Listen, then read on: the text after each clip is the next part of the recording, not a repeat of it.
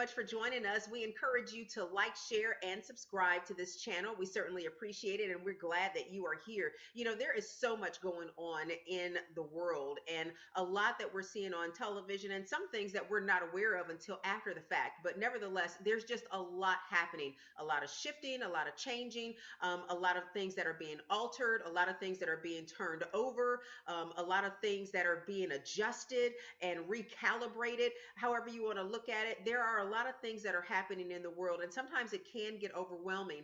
But I want to encourage you to let you know, one, that you're not alone, and secondly, that no matter what it looks like, no matter how out of control it looks, you have got to know that God is in control and He has got your best interest at heart. He causes things to work out for your good, no matter how they look at any other season or from any other perspective. But I want us to go over to First Kings, the 17th chapter, where Elijah was sustained by the brook and also the ravens that came to feed him.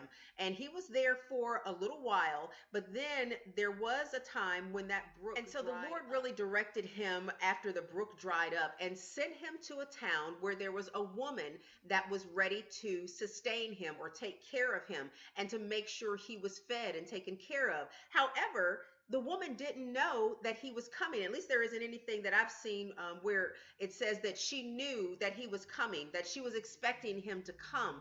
But she also didn't think she had what she needed in order to help him. That's another caveat.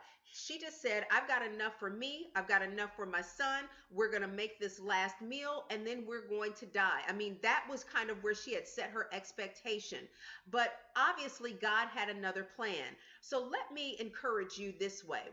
There are plans that are in the making. There are plans that are underway. There are plans that even you are a part of that you don't even know that you're supposed to play a part in it. This woman didn't realize that she was going to be a part of what the plan of God for the prophet. She was doing what she needed to do in order to take care of her family. So during this time where things just seem kind of out of whack and some things are getting back to normal, but then there are some things that are still just kind of in an upheaval. Wherever you find yourself, whatever you're dealing with at this point, know that you are a part of God's plan, even when you don't know it. The woman didn't know that she was a part of God's plan in order to sustain Elijah. And not just that, she sustained him, but she also got a blessing in it.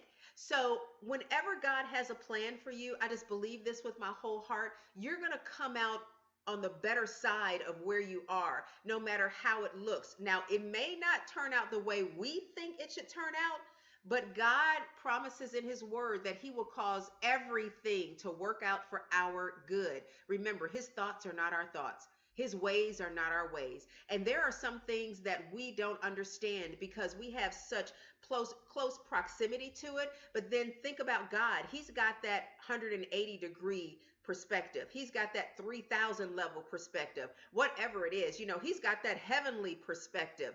And we can only see it for what it is. But He knows the things that are to come. He knows the equipping that we need for the next phase in life. He knows the things that we absolutely need. And so have you ever been through something and it was hard and you thought, man, I don't want to go through this, or this is difficult. But then when you got on the other side of it, you were like, you know what? That was so hard. But for what I gained on the other side of this, I wouldn't have traded that experience for the world. I believe that's where a lot of us are now. There are things that we are dealing with, things that we are going through, and things that we are encountering.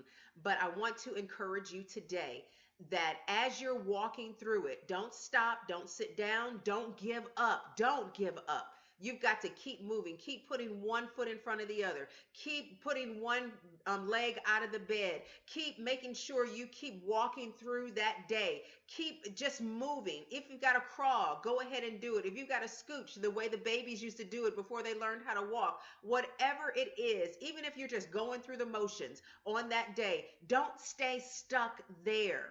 Sometimes we go through hills and sometimes we go through valleys, but don't get stuck. Don't give up. Don't ever give up. And know that on the other side of whatever you're facing, this is your pearl of wisdom. On the other side of whatever you're facing, you will be the better for what you have gone through. You will be stronger. You will be smarter. You will have more insight. You will have more valuable perspective. You will have really more ingenuity, so to speak. You will have more coming out of what you are dealing with than you had when you went in. And it will be an opportunity for you to use that to your advantage, to use it for your good, to use it so that you can make your life better even as you move forward. Be encouraged, my friend.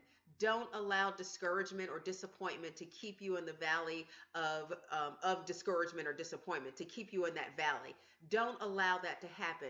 Keep moving forward. You're not alone, and God is working things out for your good. Take care. We appreciate you guys so much. Thanks so much for chiming in and for just being a part of this community. It's a growing community. We ask that you like, share, and subscribe, and we will see you next time. Take care.